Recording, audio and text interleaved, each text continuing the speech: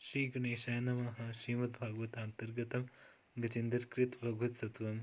गजेंद्रमोक्ष। श्री शुकवाच। श्री सुखदेव जी बोले, हे राजन, वह गजराज मन में भली भांति सोच विचार कर मन को हृदय में स्थिर करके अर्थात पूरी तरह भगवान श्री हरि के चरणों का ध्यान करते हुए अपने पूर्व जन्म में सीखकर कंठस्थ किए हुए सर्वोत्तम एवं बारंबार स्मरणीय स्रोत का पाठ बड़े दीन भाव से करने लगा। गजेंद्र ने मन ही मन कहा, जिनकी चेतना को पाकर जड़ जगत की शरीर और मन आदि भी चेतन हो जाते हैं, अर्थात प्राणवान होकर गतिशील होते हैं, जिसे ओम शब्द से अलंकृत किया जाता है और जो प्रकृति के कण कण में विद्यमान है, जो सर्वसमर्थ है, उस परमेश्वर को कोटि कोटि नमस्कार है, जिसके बल पर संपूर्ण ब्रह्मांड टिका है, अर्थात जिससे संपूर्ण चराचर जगत की स्थिति है, जिसमें से संपूर्ण ब्रह्मांड की उत्पत्ति हुई है, जिसकी शक्ति से यह संसार चलायमान है और जो विभिन्न नाम रूपों तथा रंगों में इसमें विद्यमान होकर भी इसमें लिप्त नहीं है, जो स्वयं रचित प्रकृति के विधि विधान और नियमों से सर्वथा परे है, जो सर्वोच्च और श्रेष्ठ है तथा जो स्वयं की इच्छा से तरह तरह के अवतार लेने वाला है, मैं उस परमात्मा की शरण में हूँ, जो अविनाशी पुरुष अपनी संकल्प शक्ति के द्वारा अपना ही रूप इस सृष्टि में रचता है, अपनी ही माया से प्रकट होता है तथा प्रलय काल में सब में व्यापक रहकर भी निराकार होने के कारण प्रत्यक्ष रूप से नहीं दिखता। शास्त्र अद्भुत गुणों के कारण उसी को सृष्टि का रचयिता बताते हैं। कहीं भी आसक्ति न रखने के कारण जो परमात्मा सब में निरपेक्ष पक्षपात से रहित भाव रखता है और सभी घटनाओं का दर्शक बना हुआ है तथा जो आँख आदि इंद्रियों का भी परम प्रकाशक है, ऐसा वह प्रभु मेरी रक्षा करे। समय की गति से संपूर्ण लोकों और ब्रह्मा विष्णु आदि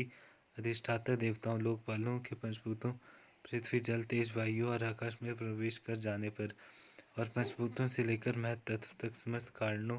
गंध रूप रस इत्यादि उनके परम कारण रूप प्रकृति में लीन हो जाने पर उस समय दुर्गे तथा अपार अंधकार रूप प्रकृति ही बची रहती है। उस अंधकार के परे अपने परम धाम में जो सर्वव्यापी ईश्वर सब और प्रकाशित रहते हैं, वे प्रभु मेरी रक्षा करें। जिस परमात्मा की लीला को समय समय पर विभिन्न नाम रूपों से अवतरित होने, कभी मत्स्य, कभी कूर्म, कभी वराह, कभी नरसिंह, तो कभी वामन आदि बड़े बड़े देवता और ऋषिगण भी उसी प्रकार नहीं जान पाते, जैसे साधारण बुद्धि वाले मनुष्य विभिन्न रूप बदलने वाले अभिनेता के वास्तविक रूप को नहीं जान पाते, अर्थात लीलाओं का वर्णन मन बुद्धि आदि के वर्णन से परे है। ऐसे विलक्षण चरित्र वाले निर्वचन से परे भगवान मेरी रक्षा करें, मैं उनकी शरण में हूँ। आसक्ति से सर्वथा रहित संपूर्ण प्राणियों में आत्मभाव रखने वाले परम तपस्वी, सबके हितैषी और सज्जन स्वभाव वाले मुनिगण, जिनके परम मंगलकारी स्वरूप का दर्शन पाने की इच्छा से वन में रहकर अखंड ब्रह्मचर्य आदि अलौकिक व्रतों का पालन करते हैं, वे प्रभु ही अब मेरे एकमात्र सहारा हैं।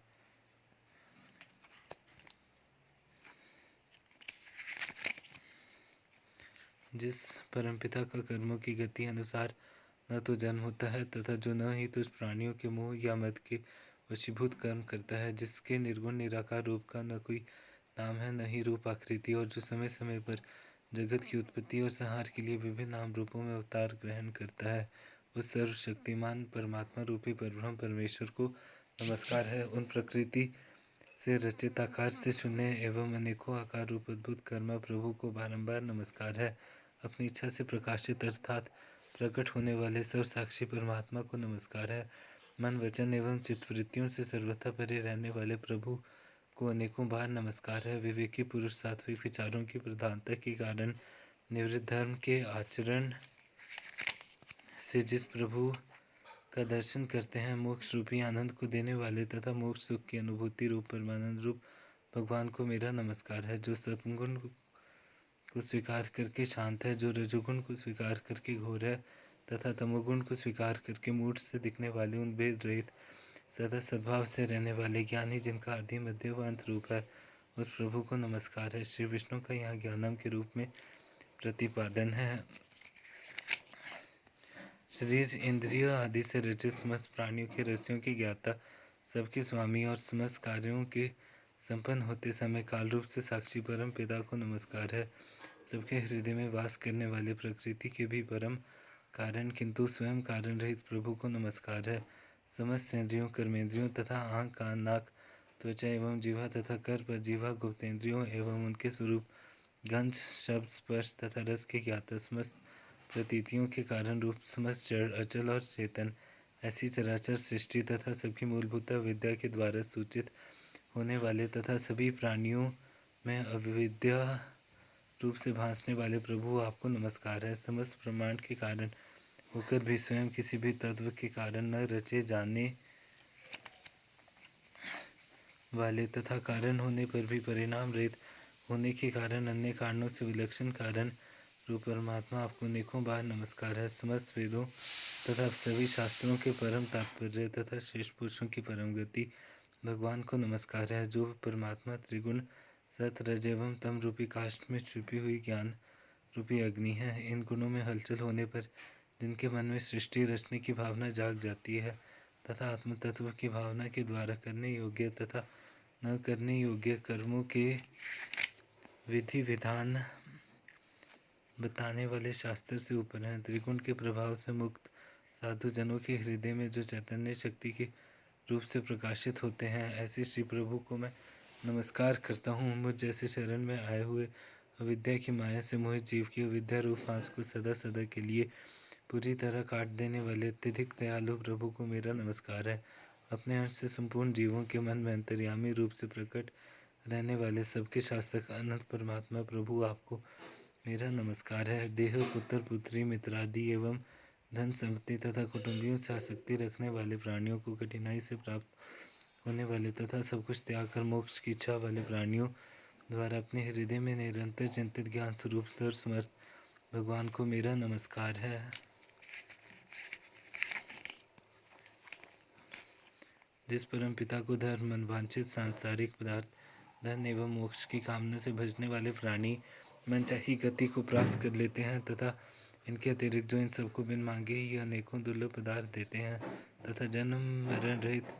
अपने पार्षद का शरीर भी अपने धाम में साथ में निवास करने के लिए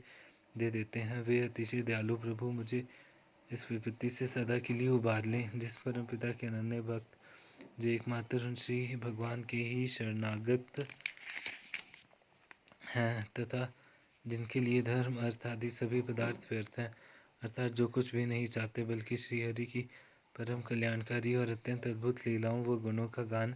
करते हुए परमानंद के समुद्र में गोते लगाते रहते हैं, उन अविनाशी सर्वव्यापी सर्वश्रेष्ठ सृष्टिकर्ता ब्रह्मा के भी शासक भक्तों के लिए कहीं भी प्रकट होने वाले किंतु भक्ति योग द्वारा प्राप्त करने योग्य अत्यंत निकट होने पर भी अपनी माया के कारण अत्यंत दूर प्रतीत होने वाले नेत्रादि इंद्रियों के कारण जिनका दर्शन अति दुर्लभ है, अंतरहित किंतु सबके आदि कारण और जो सब प्रकार से परिपूर्ण है, उन श्री भगवान की मैं स्तुति करता हूँ।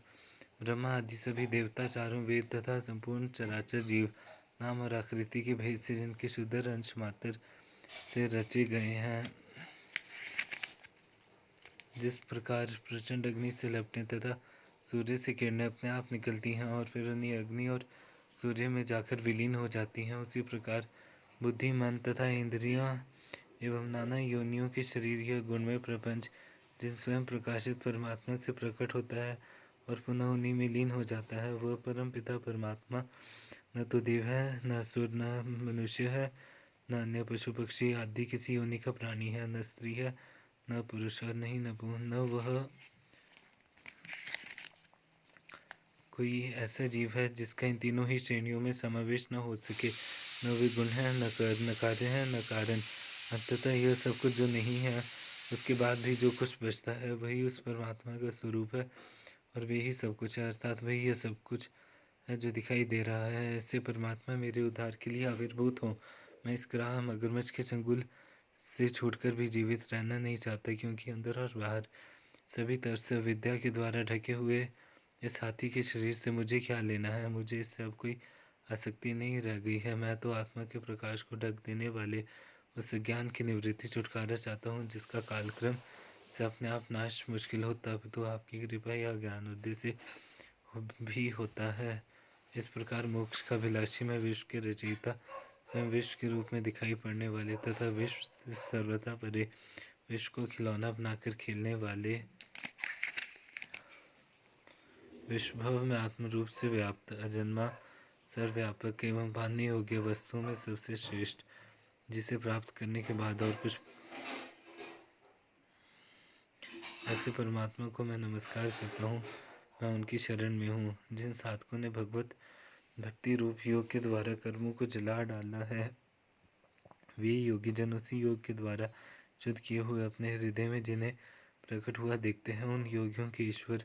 श्री भगवान को मैं नमस्कार करता हूँ। जिस परमात्मा के त्रिगुणात्मक सत्व रज तम रूप शक्तियों का राग रूप वेग असह्य है, ऐसे लोगों को जिनका मार्ग उन शरण में आने वालों के भी रक्षक एवं जो अपार शक्तिशाली हैं, जिनकी अविद्या नामक शक्ति के कार्य रूप मैं उन अपार महिमा वाले लोगों को सम्मोहित करने भगवान की शरण में हूँ। जिनकी अविद्या नामक शक्ति के कार्य रूप मैं उन अपार महिमा वाले लोगों को सम्मोहित करने वाले भगवान की शरण में हूँ। सुखदेव जी बोले कि हे राजन, इस प्रकार भगवान के भेद रहित निराकार स्वरूप का वर्णन करने पर भी जब मगर के चंगुल में फंसे गजराज को छुड़ाने ब्रह्मादि कोई भी देवता नहीं आए, तब साक्षात हरि जो सबके आत्मा होने के कारण सर्वदेव स्वरूप है, वे वहां प्रकट हो गए। उस गजराज को ग्राह के चंगुल में फंसा देखकर तथा उसकी करुण स्तुति सुनकर सुदर्शन चक्रधारी जगत के आधार भगवान इच्छा रूप वेग वाले गरुड़ जी की पीठ पर सवार होकर तत्काल उस स्थान पर पहुंच गए जहां वह हाथी था। सरोवर के भीतर शक्तिशाली मगरमच्छ द्वारा पकड़े जाने पर मृत्यु के भय से अत्यधिक भयभीत और ग्राहक की तेज दांतों से लगे घावों से दुखी गजराज ने जब आकाश मार्ग से गरुड़ की पीठ पर बैठे सुदर्शन चक्रधारी श्रीहरि को आते देखा, तो अपनी सूंड उठाकर, जिसमें उसने कमल पकड़ा हुआ था, बड़ी कठिनाई से बोला, सर्वपूज्य भगवान नारायण, आपको प्रणाम है। गजराज को शारीरिक और मानसिक रूप से पीड़ित देखकर कभी न जन्म लेने वाले श्रीहरि